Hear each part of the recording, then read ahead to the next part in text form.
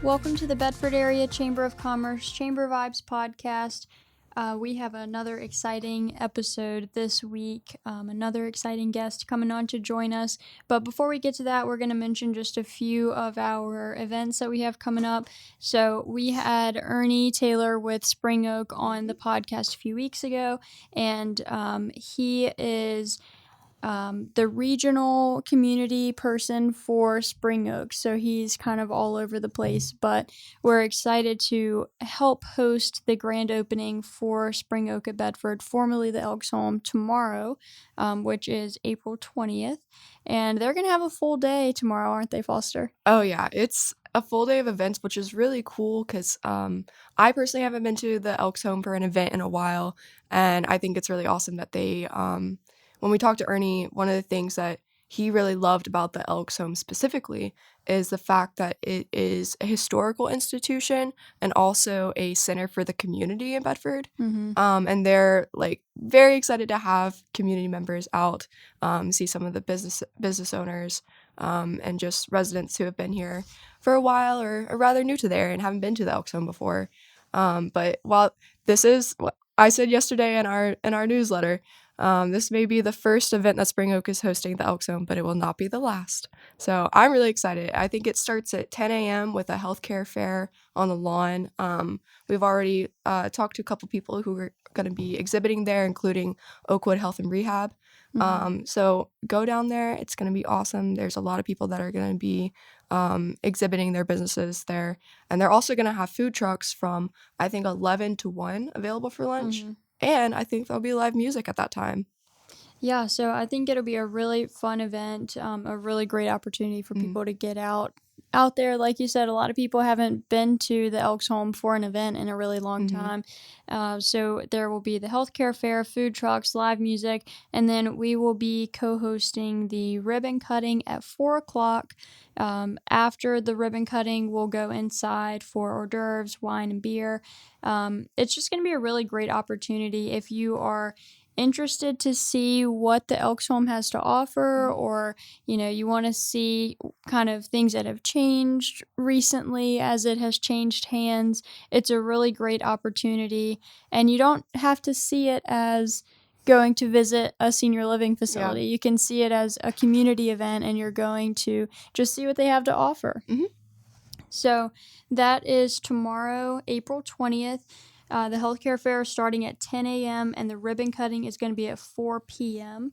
Next Thursday, April 27th, we are going back to the Hillcats for another Live at 5 networking event. And this is always a really fun networking event. Oh, yeah. We do have very, very limited seating for this one, and you have to RSVP in advance. So if you're interested in joining us for a Hillcats game, please call our office as soon as you can.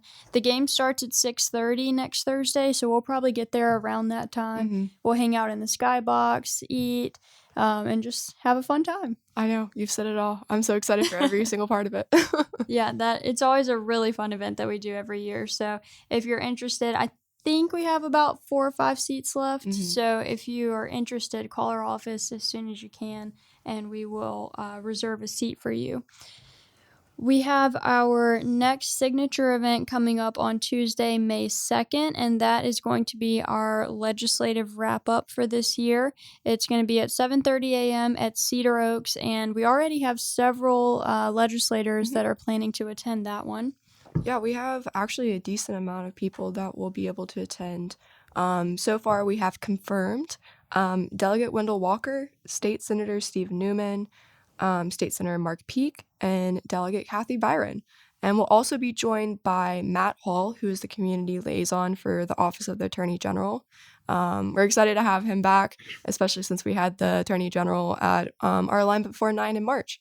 So it's nice to keep up that relationship. This is a really great way to, get to speak directly to your legislators. That's crazy. I mean, it is. And they'll all be here. We're all going to be enjoying breakfast from Bridge Street Cafe. Cedar Oaks is beautiful. And Tim Saunders with Virginia CareerWorks will also be there to kind of moderate a Q&A session. And also, you can ask questions directly too. So it'll be a really great way to, just talk to the people that are deciding a lot of things for our area. Yeah, absolutely. So kind of the timeline for that event, it's going to start at 7:30 on May 2nd, and we'll do breakfast. We'll have Matt with the Attorney General's office speak just about what they have going on. We'll let each of the legislators talk for a few minutes about the General Assembly session from this year and the impacts that it'll have on our community, and then we'll go into that Q&A session towards the end of the event. So registration is open until April 25th on our website. So please go ahead and get your reservation in there if you are interested in joining us that day. We have all of our events listed on the website, bedfordareachamber.com.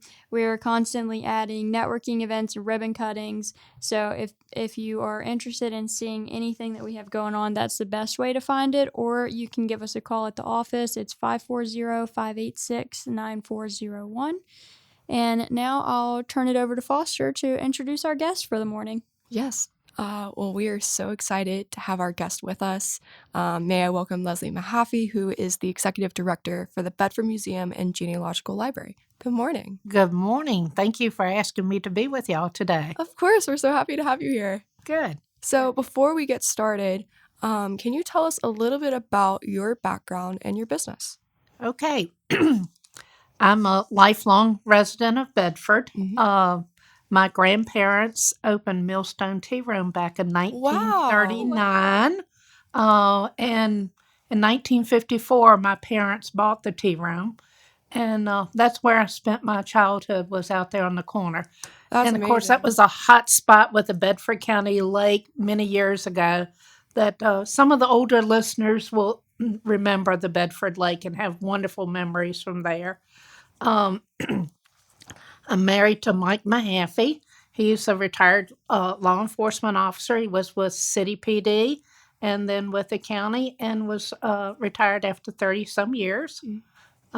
We've been married 33, so most of our married life I have been with a gentleman in blue. So back the blue, as I always say. Excuse me. I have my background is in the financial industry. I've worked at many different. I've worked at banks. I was a credit manager. I was a compliance officer with Beacon Credit Union. So that's my background. Many years ago, my husband and I started Civil War reenacting, and that's where my love of history really developed because we were weekend warriors. And we traveled all through Maryland, Pennsylvania, North Carolina, even down to Florida, Tennessee. So we got to meet a lot of living historians and be involved with that. And I've been a volunteer at the museum for over 25 years. Wow. So that's where my love of history developed. And I'm just really excited to be able to be with the museum. I've been there a little over going into my 4th year now. I started as part-time curator, helping with the 3rd floor with the War Between the States exhibit room, the entire 3rd floor, which is a meeting space as well as exhibits. So I helped the former director with that. And then it just kind of morphed into more hours, more involvement. Our former director, Grace Peterson, got married and left the area, so I took the helm and excited to be there. That's awesome. Yeah. It's crazy how things just start to snowball year after year. Yeah. Exactly. And now it's a passion for you. Yes, it That's very much is so. That's amazing. Well, it's also really cool just to hear about, your origins with Bedford, because I loved Millstone when I was a kid. Good. I'm sad that it's not in operation anymore, but with every birthday we would go there. So Oh, cool. yeah, so that's very special to hear. I had no idea. Yeah. I was fortunate enough years ago that in the dining room of the tea room there were booths lined along the wall. They were wooden booths, and my grandmother had purchased those, and they were there forever until the Colemans actually bought the tea room and redid the whole event out there. And so those booths were moved to the barns there at the Coleman farm. Oh, really? And at one of their events, I just got to talking to Ben one day and telling him about my background and the connection to the tea room and how I would love to have one of those booths. And he said, "We've got some." And I'm like, "Hallelujah." So anyway, I'm fortunate to have a little piece of history from the tea room with a set of those booths. And my brother also got one too. Oh, Really? that's Yeah. So I just think that's awesome. Yeah, it That is. is amazing. One day, maybe the museum will get them. Yeah. I was just thinking that. I was like, you're starting to collect things that you could actually use. Oh, yes, absolutely. So, what are some of the things that are in the library itself? What are some of your exhibits currently? Okay, want to start out first of all, you're talking about Spring Oak and the Elks Home. I just wanted to mention Tom Sidonia. He was a local resident of the Elks Home. He was an artist. He was also known as the world's most tattooed man. Oh. This was back like in the 40s and 50s before tattoos were even popular at all. And he had like the whole shirt from the waist up and the sleeves and everything. And Tom was he was quite the artist. All the murals, or a majority of the murals in the dining room, were painted by Tom Sidonia. He was also instrumental, he and George Buck were instrumental in starting all the decorations at the Elks Home. Wow. And we have one of his paintings that we have hanging in our library is of General George Washington. It's a side view, a little different from most that you've seen. You can see his artistic talents within that portrait that's hanging in one of our genealogy libraries. That is amazing. Yeah, it really is. And there are a number of his paintings that are throughout the Elks Home in other places.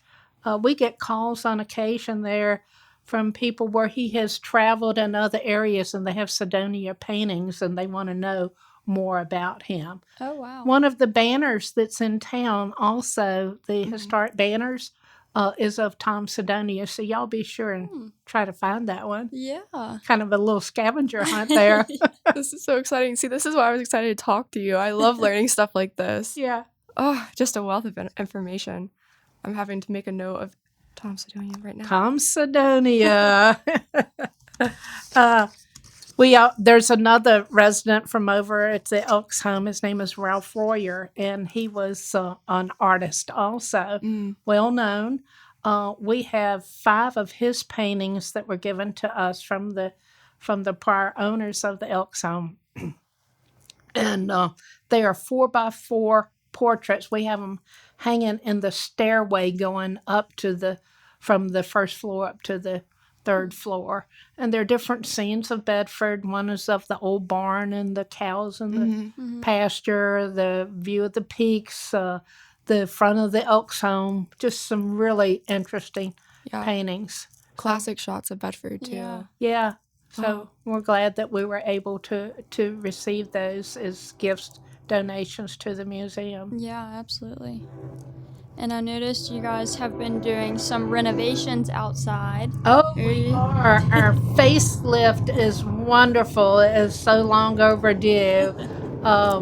We have this project has been in the works for a number of years. The county owns our building. We lease the building from the county, and money has been set aside for a number of years, and finally this has come to fruition.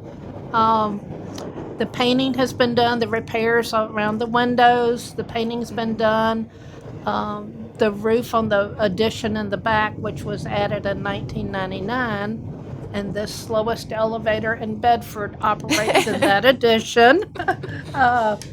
The roof has been painted there, and they're working on repointing of the bricks. They've got to do that. Once the repointing's done, they will clean the exterior and touch up painting, and she's gonna shine. That's a beautiful, beautiful building. It is. It's so unique and magnificent looking, and it's I just love it there. It is. It's a gorgeous building. Yeah. Has the building always been intended as a museum? The building was built in 1895 by the Liberty Masons, Liberty Lodge number 95.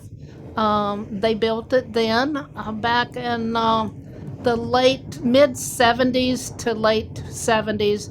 They had decided that it was time for a change, and they built out on Longwood Avenue, is where the Liberty Lodge is located now. And there was a move to make that building the museum.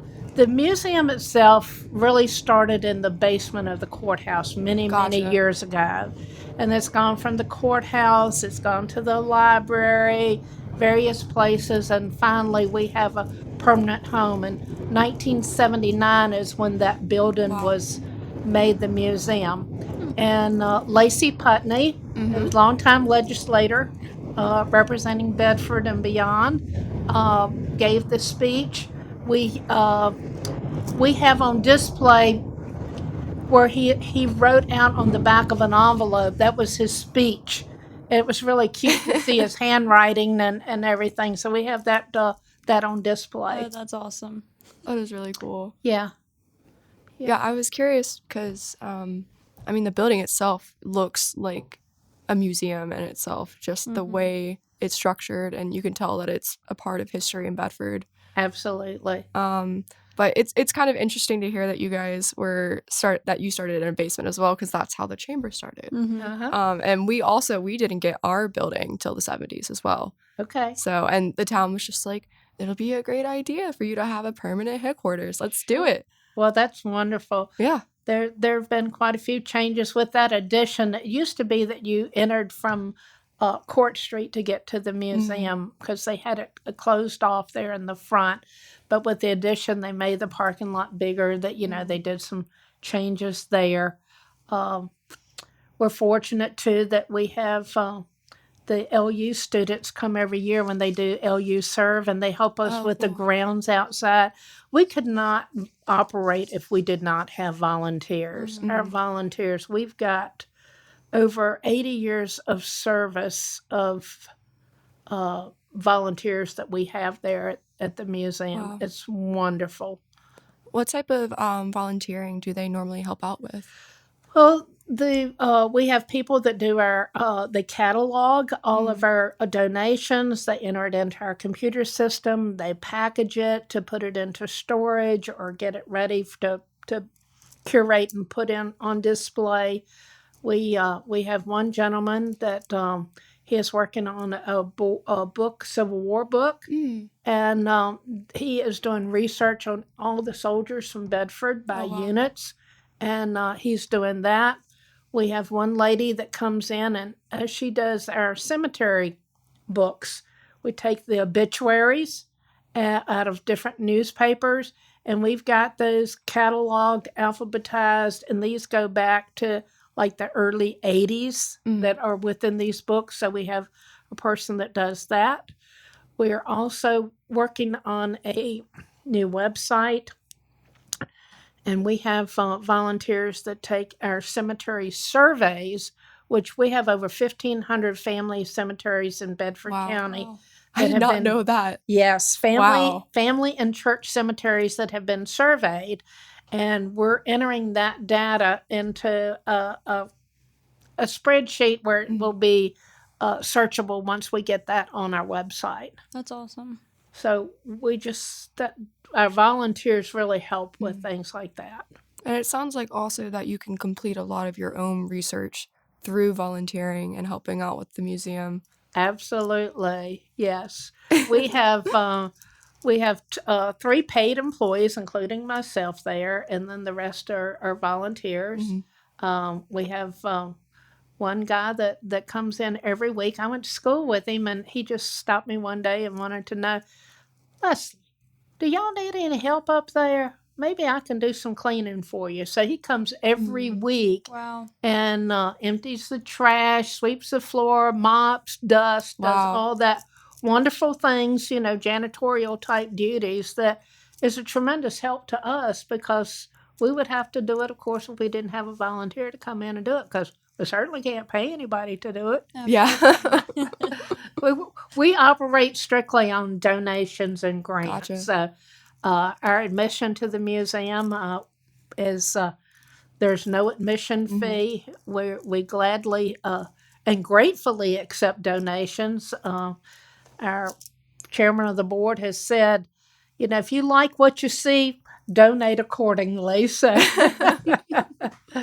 our genealogy library covers 3 floors. I mean, 3 offices on the main level. We have books that are family research. We've got books from Native American, early Virginia history, all the way up through all the different wars. We've got the surnames of many, many people.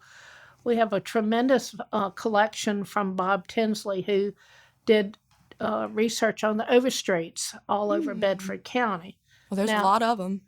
I'm on Overstreet. That's my maiden name. And I've often been told that there are more Overstreets in Bedford County than Broomsage.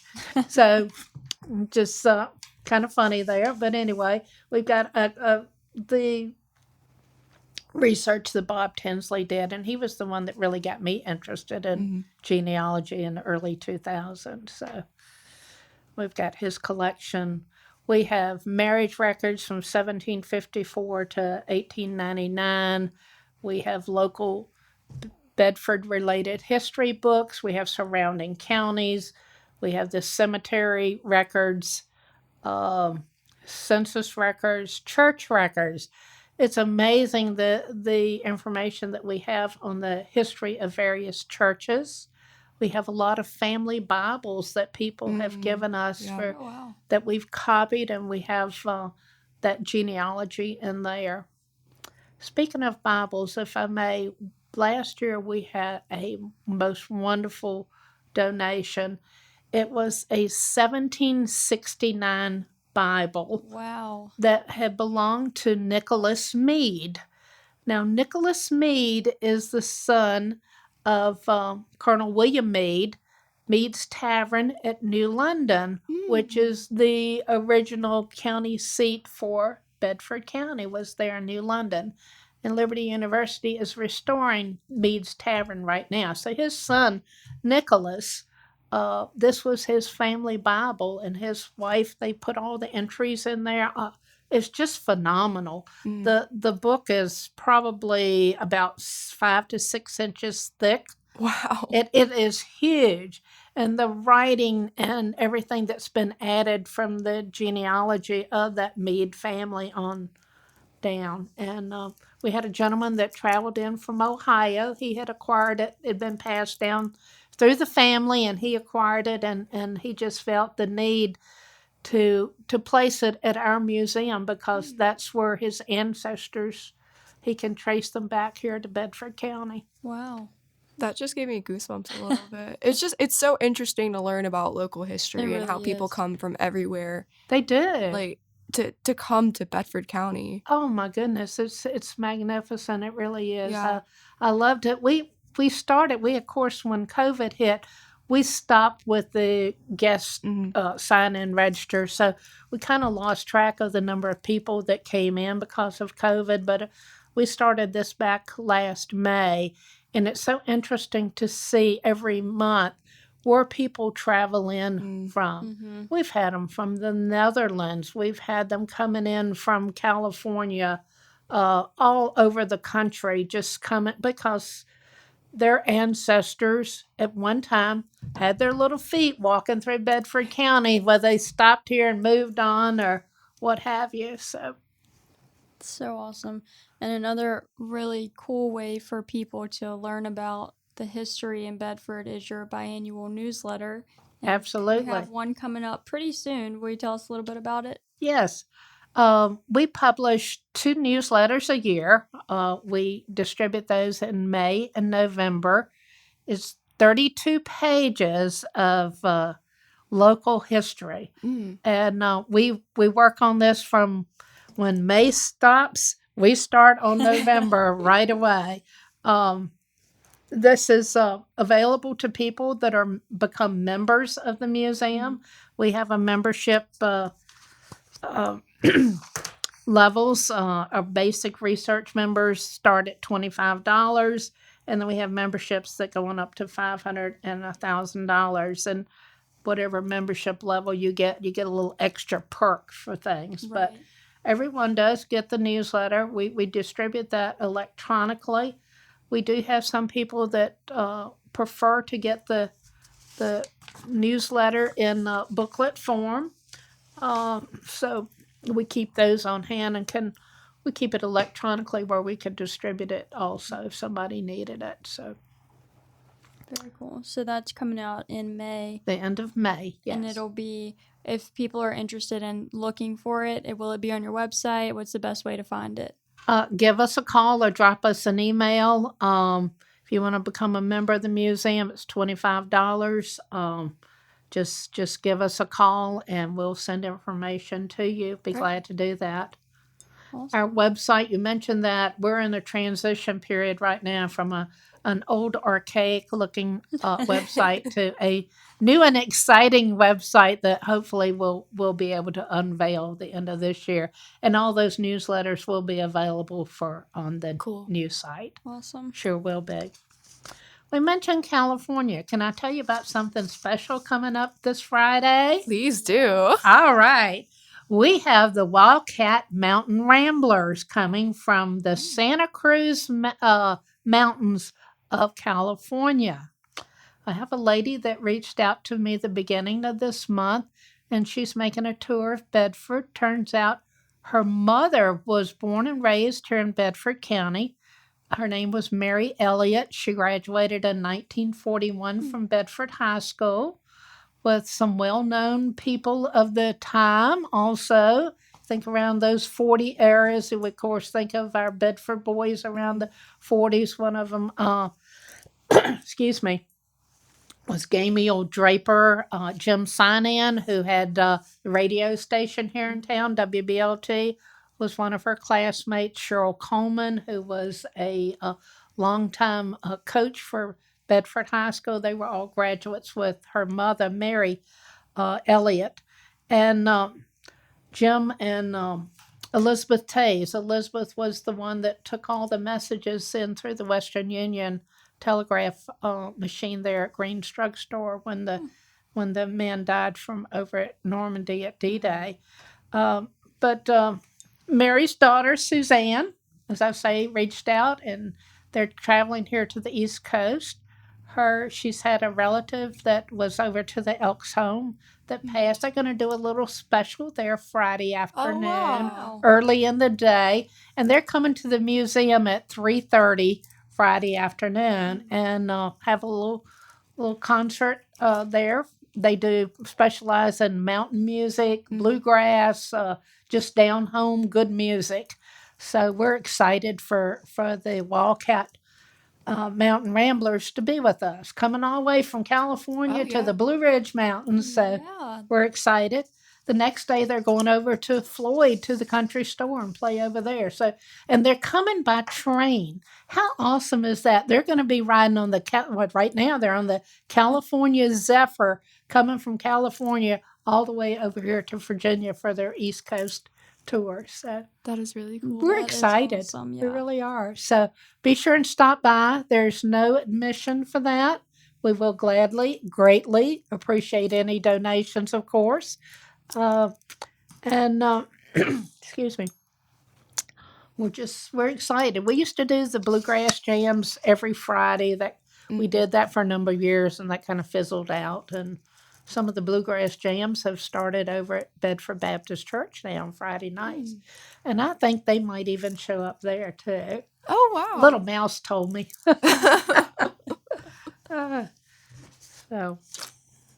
Well, that's awesome. And then you guys also just finished up your women's essay contest for 2nd to 8th graders. We did. Yes. They're awesome kids. It's amazing to see these essays and the research and in-depth that these kids go to write these essays about women of this area and beyond. You know, this year was based on STEM, science, technology, engineering, and math, and they just did an absolutely awesome job. And with sponsorship, local businesses were able to give cash awards to these kids to make it worthwhile to their time too. Right. Yeah, and a lot of these kids that participate in our essays have either gone through our Fridays at the museum events that we've had in the summer, and now we've gone to a summer camp. A lot of these kids, whether they're actually in public school or they're homeschool or private school, participate and come to our summer camps that we do.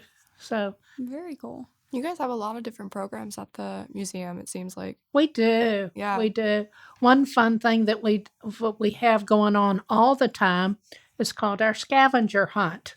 And we have a list of 20 items that are on display. We give little hints. It might be a deer hide.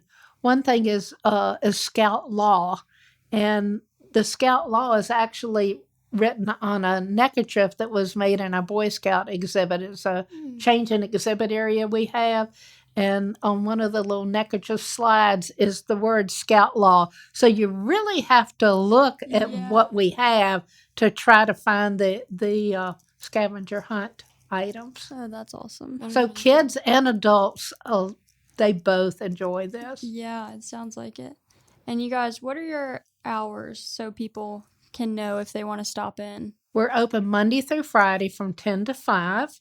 On Saturdays, we're there from 10 to 3. Gotcha. Well, is there anything else that you'd like to add before we wrap up? Well, I think that our museum is a wonderful place. It is, I think of it as a hidden gem within Bedford. A lot of people in their busy lives drive through, they're going to Walmart or they're going to the county admin office or what have you, and they see the building and think, oh, I need to stop by there. It's one of those things you really need to get around to it and come to the museum, Right. because it's a wonderful place. We our donations and all, we have in one building, we store our artifacts as well as display. When I came on as curator, I knew that we had a space problem, so I took a lot of our larger objects out of storage and put them on display on top of our bookcases and various other places that aren't normal display cases. We've got rubber techs, we've got the Bedford Firemen's Band, the instruments from there. We've got Liberty High School marching band jacket. I've got an old guitar from a band from back in the 50s on display. Just lots of various different things. Our regular exhibits are all Bedford history, Native American, Black history, World War I, World War II, our Company A room, our rotating exhibit area, and then our War Between the State exhibits. And they're pretty much the permanent exhibits. But if we get something new in that will enhance what we have, we'll always put that out on display too. That's amazing. I think that the Bedford Museum is always going to be a staple in Bedford, but it's something that's really, I'm trying to put it into words. When you go there, it's really like shocking, I think, to kind of see like all these past lives come together. And it's not really something that you think about, the history of Bedford, I feel like, on a day-to-day basis. But it's really, there's something about it. It makes the hair raise on your arms to see the people that came before you and like the beauty in their lives and how it's come together to shape yours now. Exactly, and we have people that will think of us to bring items, which is so important if it was not for the local community and people that their parents or grandparents have made an impact on Bedford County. We recently got in Dr. McCabe. We got in a skeleton that he used in his medical practice, and it's in a tall, slender walnut cabinet, and it's an actual skeleton that's has is put together with metal, little yeah. joints in it. And it was used to show, we go to a doctor's office now, they have a poster on the wall. This is a real live skeleton. Well, not live, but a real skeleton that was used to explain different parts of your body and how they affected, He's in a cute little wooden cabinet upstairs. So Aw.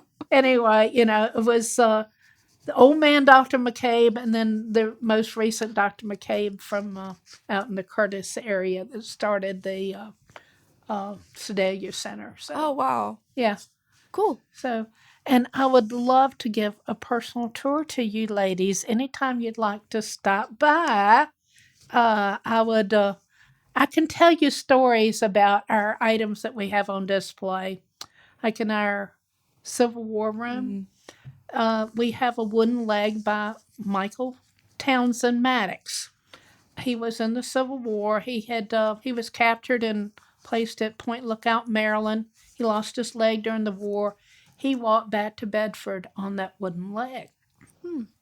But he didn't like it because it was a Yankee-made leg, and he was not going to continue to have a Yankee-made leg. So he made his own wooden leg. I happened to work with a lady many years ago at Bedford Federal, and she was his granddaughter, and she said as a child she would slide down Grandpa Maddox's wooden leg. Oh my gosh. Now, I can't put that in words on a display, but I can certainly tell you about it, and if you'd like to see it, I'll be glad to show it to you and tell the little extra stories that we know about our displays. Absolutely. That'd be awesome. Yeah. We will definitely be taking you up on Yes. that. All right. Looking forward to it. Yes, that would be so cool. Well, Yeah. this has been awesome. I feel like I've learned so much just sitting here. So yes, we will definitely pick your brain for later. Okay, very good. But if people want to get more involved with the Bedford Museum, or if they want to volunteer, what is the best way to reach you? Well, I'm there in the museum Monday through Thursday, and any of our staff that's there, if you just stop by or give us a call, we'll be glad to talk to you about it. We'll try to find out what your likes or dislikes are so that we can find something that is just right for you. Cool. And what is your phone number if you know it? 540-586-4520. Amazing. Well, if you have any questions or if you're interested in getting more involved or perhaps donating, we'll go ahead and give that number a call. Very good. Thank you so much. Thank you so much for coming on. And if anyone that is listening has any questions, feel free to reach out. And we would be more than happy to get you guys in contact and keep a lookout for the next Chamber Vibes podcast.